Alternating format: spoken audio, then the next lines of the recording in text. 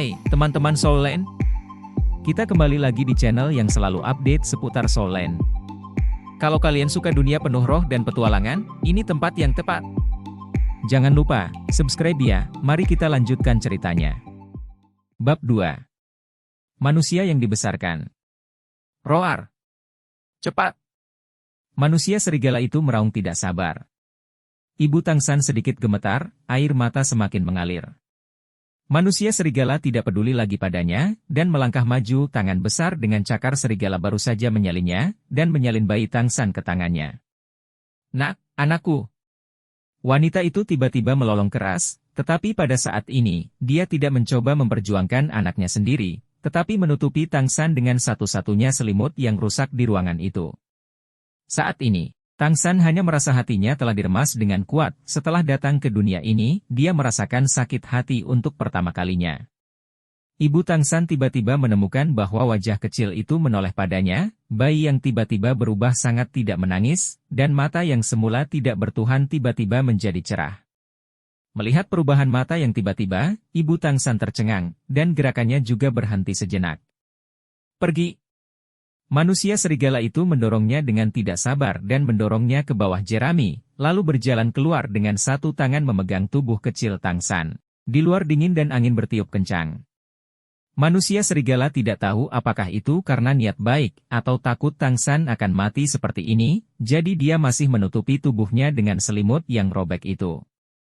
Segala sesuatu di depanku berubah menjadi kegelapan, dan angin dingin di luar terhalang untuk sementara. Kecuali untuk beberapa kesulitan bernafas, dia tidak bisa mati untuk sementara waktu. Tangsan berusaha keras untuk menenangkan dirinya.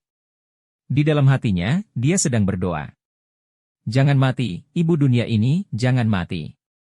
Selama saya bisa bertahan, saya akan datang kepada Anda. Dan saya akan membiarkan Anda hidup dengan baik. Tunggu saya kembali. Setelah dia tenang, penilaian awal pertamanya adalah bahwa werewolf ini tidak boleh mengambil dirinya sendiri untuk dimakan. Sumber penghakiman ini sederhana. Salah satunya adalah karena 2 potongan daging di tubuh saya pasti tidak layak makan untuk ibu saya sendiri di dunia ini. Selain itu, manusia serigala masih menutupinya dengan selimut, yang mencegahnya dari kedinginan sampai mati. Jika hanya makanan, siapa yang peduli jika dia sudah mati? Tentunya tidak menutup kemungkinan bahwa mereka ingin makan dan hidup. Namun, betapapun tenangnya dia, apa yang bisa dilakukan seorang anak bulan purnama? Itu hanya bisa, sama seperti Anda pergi. Samar-samar, angin terdengar menderu-deru. Sepertinya tidak ada suara lain di dunia luar. Dunia ini disebut benua peri. Ini adalah penilaian Tangsan terhadap dunia setelah hampir tidak mempelajari beberapa bahasa. Seperti yang dia duga, manusia adalah budak di dunia ini. Apakah objek perbudakan? Dan bahkan di antara budak, itu adalah jenis keberadaan yang paling rendah. Karena tubuh manusia terlalu lemah, sepertinya tidak banyak gunanya. Ini tidak menutup kemungkinan manusia menjadi makanan di dunia ini. Adalah normal bagi budak terendah untuk diperlakukan sebagai makanan. Sedangkan untuk informasi lainnya belum tersedia. Lagi pula, komunikasi antara ibu saya sendiri dan manusia lain sangat sedikit. Sudah sebulan, dan dia juga belum melihat ayahnya. Ini menyedihkan. Itu terlalu buruk. Meskipun Anda memulai dari awal, beri saya waktu untuk memulai dari awal. Tangsan menghela nafas dalam hati. Dia pernah berpikir tentang kesulitan reinkarnasi, tetapi dia tidak menyangka itu akan begitu sulit.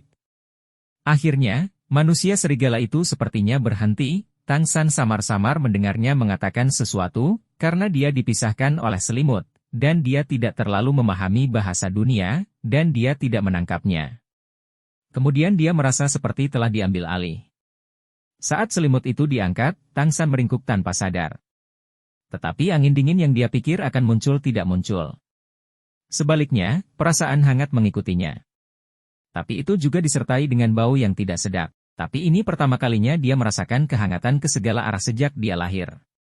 Perhatikan baik-baik dengan mata terbuka. Ini anak seperti monyet kecil lagi. Yuk, yuk. Sebuah suara samar terdengar. Kemudian Tangsan melihat ada wajah besar di depannya. Apakah ini kepala babi? Ya, kepala babi besar, setidaknya dalam kognisi. Kepala babi itu membungkuk lebih dekat dan menatapnya. Lalu dia memeluknya dan masuk. Wow, wow, wow. Ada tangis dari waktu ke waktu. Tang San tiba-tiba menyadari bahwa dia sepertinya bukan satu-satunya anak di sini. Lalu dia ditempatkan di tumpukan jerami yang lembut, dia sendiri berpikir tidak apa-apa menyebutnya tumpukan jerami, dan itu hampir sama dengan sarang. Di sampingnya, tangisan menjadi lebih keras.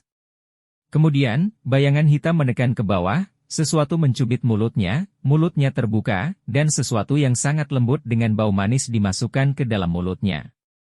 Begitu susu hangat mengalir ke tenggorokannya, mata Tang San langsung melebar. Tidak digerakkan, tetapi hampir tercekik sampai mati.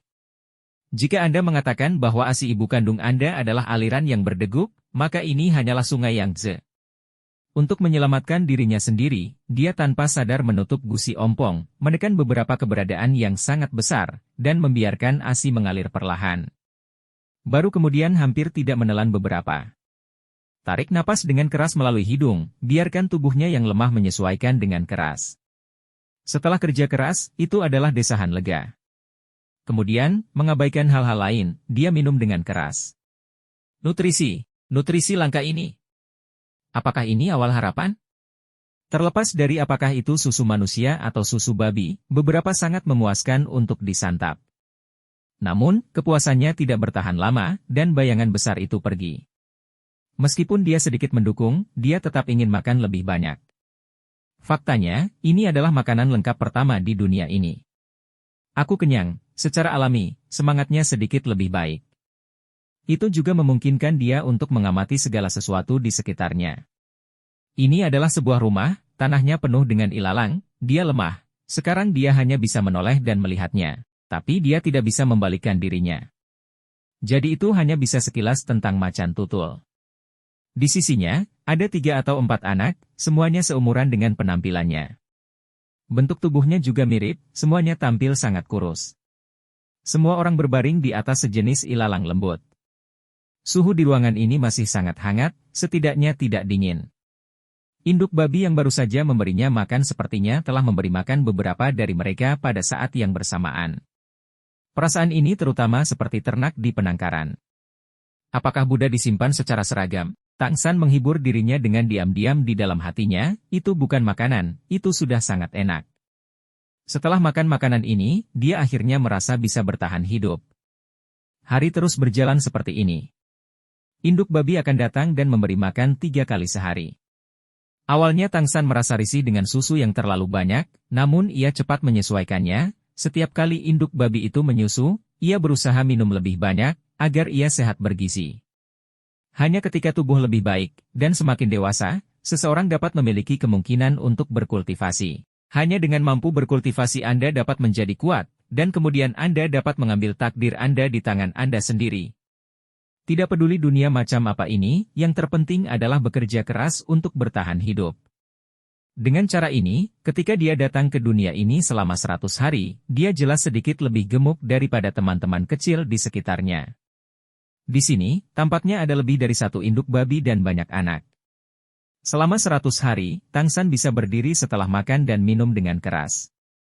Secara alami, saya dapat melihat lebih banyak hal. Dari percakapan antara induk babi, dia juga mengerti lebih banyak tentang bahasa dan dunia. Benua peri begitu besar sehingga induk babi tidak bisa menggambarkannya. Dan di mana mereka berada, itu adalah kota kecil di timur laut benua peri. Milik bangsawan iblis serigala. Alasan mengapa dunia ini disebut benua peri adalah karena 2 ras yang menguasai dunia ini adalah yang paling penting, ras monster dan ras peri. Secara kolektif disebut sebagai peri.